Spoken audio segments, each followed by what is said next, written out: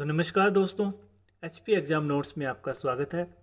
आज ये जो है पॉलिटिकल की मतलब टेस्ट 4 यानी आखिरी टेस्ट है, जिसमें कि हमने कवर किया है भाग 3 और 4। ठीक है, मैक्सिमम क्वेश्चन जो है भाग 3 और 4 से बनते हैं और यही क्वेश्चन हमने मोस्ट क्वेश्चन जो है प्रीवियस ईयर एग्ज़ाम में जो बार बार पूछे गए हैं वो हमने अपने 4 के 4 सेट में डाल दिए हैं। अगर आपने इससे पहले हमारे 3 सेट नहीं देखे हैं तो आप यूट्यूब चैनल पर जाके वो देख सकते हैं। ठीक है, ज़्यादा लेंथी नहीं रखे हैं, छोटे छोटे उसमें वीडियोस में हमने उन्हें कवर किया है। तो चलते हैं आज की इस सेट में पहले क्वेश्चन की ओर। पहला क्वेश्चन जो है कि नीति निर्देशांक तत्व संविधान के किस भाग में दिए गए हैं। ठीक है, नीति निर्देशांक तत्व संविधान के किस भाग में दिए गए हैं, तो इसका जो राइट आंसर बनेगा भाग 4। ठीक है, भाग 4 में दिए गए हैं। और भाग 3 में क्या है, फंडामेंटल राइट्स। भाग 4 में क्या है, फंडामेंटल ड्यूटीज़। नीति निर्देशांक भाग 4 मौलिक अधिकार। भाग 3। भाग 2 में क्या है, नागरिकता। भाग 5 में क्या है, संघ। संघ से संबंधित जो है भाग 5 है। ठीक है, नीति निर्देशांक तत्व क्वेश्चन नंबर 2 देखते हैं। नीति निर्देशांक तत्व किस देश के संविधान से लिए गए हैं। मतलब भारतीय संविधान में जो है नीति निर्देशांक तत्व किस देश ने दिए हैं, मतलब किस देश से लिए हैं, तो इसका राइट आंसर जो ऑप्शन नंबर सी है, आयरलैंड। और अगर हम आयरलैंड की बात करें कि आयरलैंड ने किस देश के संविधान से जो है इसे बोरो किए हैं, तो स्पेन जो है ऐसा देश है जहाँ से आयरलैंड ने नीति निर्देशांक तत्व लिए हैं। ठीक है, अगले क्वेश्चन की ओर। निम्न में से सुमेलित नहीं है, मतलब आपने बताना है कि इसमें से कौन सा सही नहीं है। क्या अनुच्छेद 14 सही है कि ग्राम पंचायत का गठन, जी हाँ सही है। ठीक है, 44 समान नागरिक संहिता। ठीक है, समान नागरिक संहिता जो है इसका भी राइट आंसर है ये, मतलब सही है ये भी। और सी देखते हैं, अनुच्छेद 41 कृषि एवं पशुपालन संगठन, यही गलत है। ठीक है, इसमें जो है अनुच्छेद 41 जो है गलत आंसर है ये। ऑप्शन नंबर सी इसका राइट आंसर होगा। तो अगर ये गलत है तो इसका सही आंसर क्या बनता है, अनुच्छेद 41 किससे संबंधित है, तो वह एक अच्छे प्रशासन से। ठीक है, अच्छे प्रशासन का अधिकार जो हमारे क्वेश्चन अनुच्छेद 41 में है। ठीक है, अगला क्वेश्चन देखते हैं। नीति निर्देशांक तत्व की संख्या किन अनुच्छेदों के अंतर्गत की गई है। ठीक है, मतलब किस अनुच्छेद के अंतर्गत जो है डीपीएसपी आते हैं। तो हमें इतना तो पता है कि भाग 4 में है, लेकिन अनुच्छेद 36 से 51 है। ऑप्शन नंबर ए इसका राइट आंसर हो जाएगा। अगले क्वेश्चन की ओर देखते हैं। क्वेश्चन नंबर 5 देखते हैं कि निम्नलिखित में से कौन सा कथन नीति निर्देशांक तत्व के बारे में सही है। ठीक है, तो इन्हें नैतिक एवं राजनीतिक मान्यता प्राप्त नहीं है, इनकी प्राकृतिक समाजवादी नहीं है, ये स्वतः लागू हो जाते हैं, या इन्हें कानूनी रूप से न्यायालय द्वारा लागू कराया जा सकता है। इसका जो राइट आंसर है ऑप्शन नंबर ए, इन्हें नैतिक एवं राजनीतिक मान्यता प्राप्त नहीं है।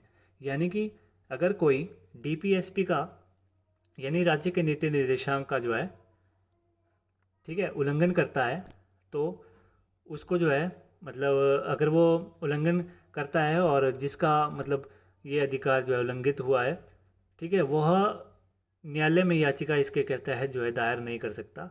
तो सीधी सी बात है, इट्स अ नॉन जस्टिएबल। ठीक है, नॉन जस्टिएबल है ये, और इसे जो है इसके तहत जो आप अपना न्याय पा नहीं सकते। ठीक है, सीधी सी बात।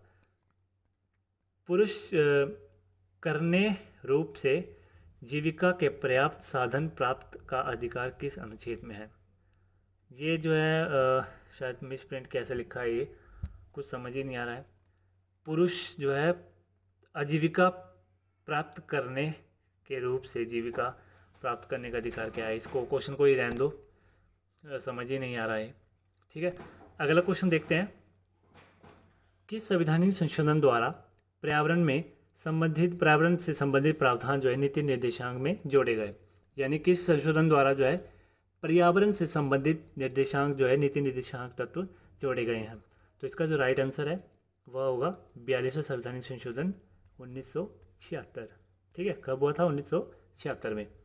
ठीक है, तो मिनी कॉन्स्टिट्यूशन भी इसको कहते हैं, बहुत ही मोस्ट इम्पोर्टेंट है ये। क्वेश्चन नंबर 8, किस संविधान किस संविधान संशोधन में नीति निर्देशांक तत्वों पर मौलिक अधिकारों को वरीयता दी गई? ठीक है, मतलब किस संविधान संशोधन के तहत नीति निर्देशांक तत्वों पर मौलिक अधिकारों को वरीयता दी गई? मतलब जो सुप्रीम है इनमें से, ठीक है, एक तरह से मौलिक अधिकार तो वरीयता दी गई। यह भी कब दी गई? 42वें संवैधानिक संशोधन 1976 में। ठीक है, इसमें ये कहा गया कि राज्य के निर्देशांक इस प्रकार से बनाए जाएंगे राज्य द्वारा कि मौलिक अधिकारों का हनन नहीं हो, मतलब मौलिक अधिकारों का मूल संविधान का जो है स्ट्रक्चर नहीं बिगड़े। हालांकि इसके बारे में संविधान में कोई भी वर्णन नहीं है कि मूल स्ट्रक्चर कैसा है। क्वेश्चन नंबर 9, नीति निर्देशांक तत्वों के अंतर्गत अनुच्छेद 50वां किससे संबंधित है? ठीक है, अनुच्छेद 50 किससे संबंधित है? इसका जो राइट आंसर है वह होगा हमारा, मतलब 50-50 करना है। ठीक है, 50-50 होगी, क्या होगी? न्यायपालिका को पृथक करना। 50-50 होगी क्या? अलग अलग करना। किसको? कार्यपालिका और न्यायपालिका को, मतलब कार्यपालिका और न्यायपालिका से अलग होना 50 में ही है। और 51 किससे है? ठीक है, 51 किससे है? वो होगी अंतर्राष्ट्रीय सुरक्षा।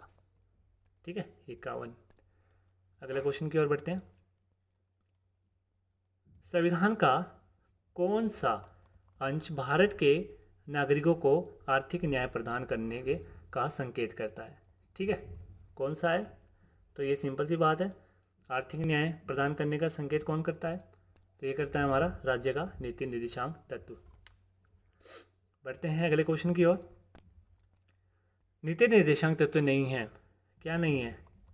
वैज्ञानिक मनोभाव से मनोबल के विकास का, या पोषाहार के स्तर को ऊपर, कमजोर श्रेणियों के आर्थिक हितों को बढ़ाने का, या कार्यपालिका से न्यायपालिका को अलग रखने का। ठीक है, इसका जो राइट आंसर होगा वह होगा ऑप्शन नंबर ए, वैज्ञानिक मनोभाव के विकास का। आपने मुझे कमेंट में बताना है कि आपके 25 में से कितने क्वेश्चन बने हैं। ठीक है, राज्य के नीति निर्देशांक तत्व में क्या शामिल है जो मूल अधिकार नहीं है? ठीक है, क्या शामिल है जो मूल अधिकार नहीं है? तो इसका जो राइट आंसर है कुटीर उद्योगों का प्रोत्साहन। कुटीर उद्योगों को प्रोत्साहन जो है इसका मूल अधिकार नहीं है, लेकिन नीति निर्देशांक तत्व में शामिल है। क्वेश्चन नंबर 13, नीति निर्देशांक तत्व का महत्व किसके लिए है?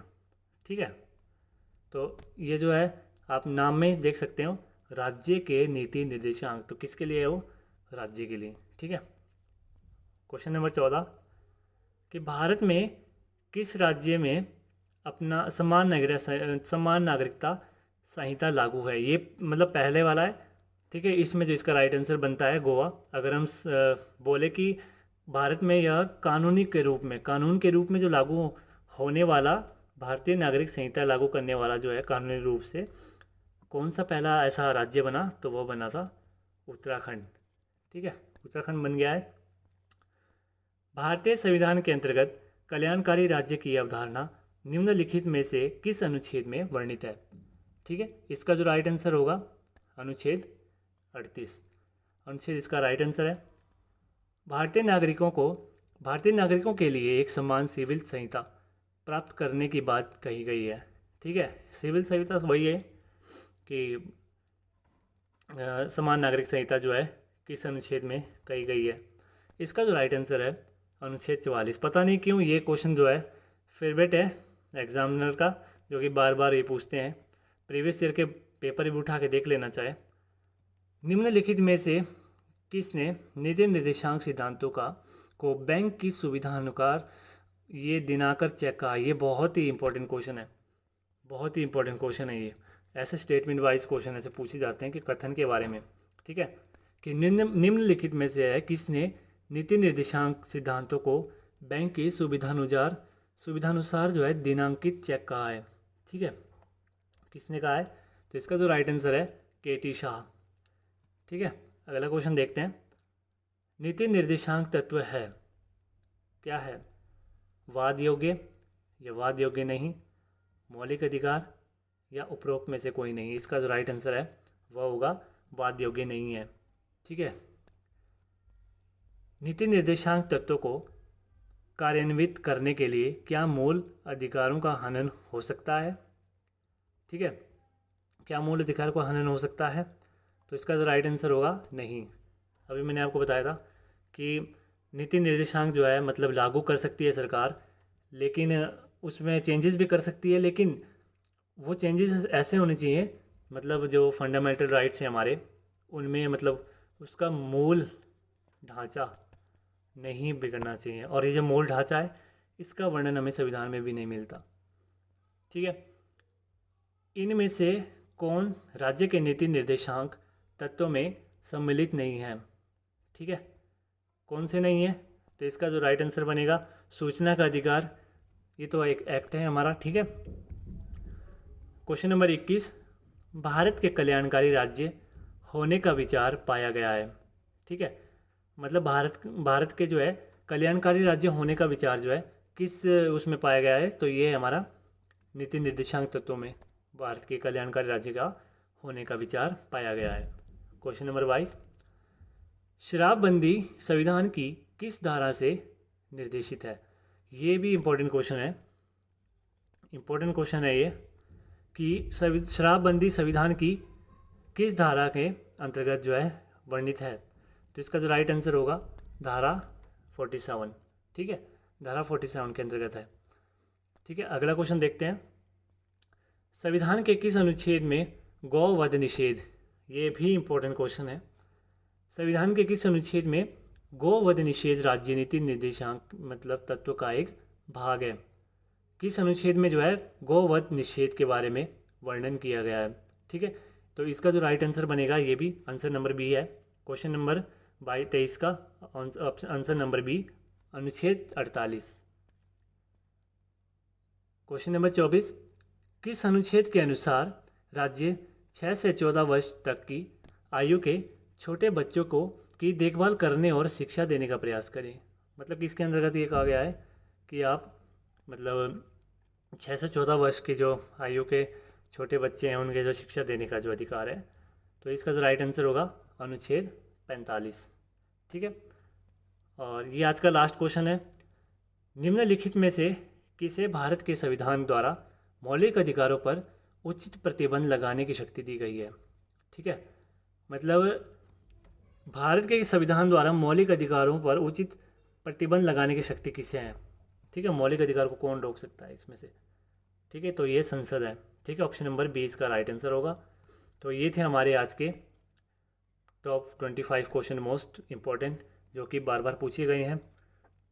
इसके अलावा अगर आप हमसे कांटेक्ट करना चाहते हैं तो आप व्हाट्सएप नंबर पर जो है हमें दिए गए नंबर पर व्हाट्सएप कर सकते हैं, मैसेज कर सकते हैं, या फिर हमारे जीमेल पर हमें मेल कर सकते हैं। इसके साथ साथ हमने मॉक टेस्ट बनाए हैं एचपी पुलिस के लिए और पटवारी के लिए। आई होप जल्दी वो वैकेंसी जो है हमें देखने को मिल सकती है, बहुत ही जल्द, क्योंकि सरकार जो इस पर पूरा जोर लगा रही है अभी इन वैकेंसी करने के लिए, वैकेंसियों को जो है भरने के लिए। तो अगर कोई मॉक टेस्ट भी लेना चाहते हैं या डेमो मॉक टेस्ट हमसे लेना चाहते हैं तो हमें कांटेक्ट कर सकते हैं। This is all about, thanks for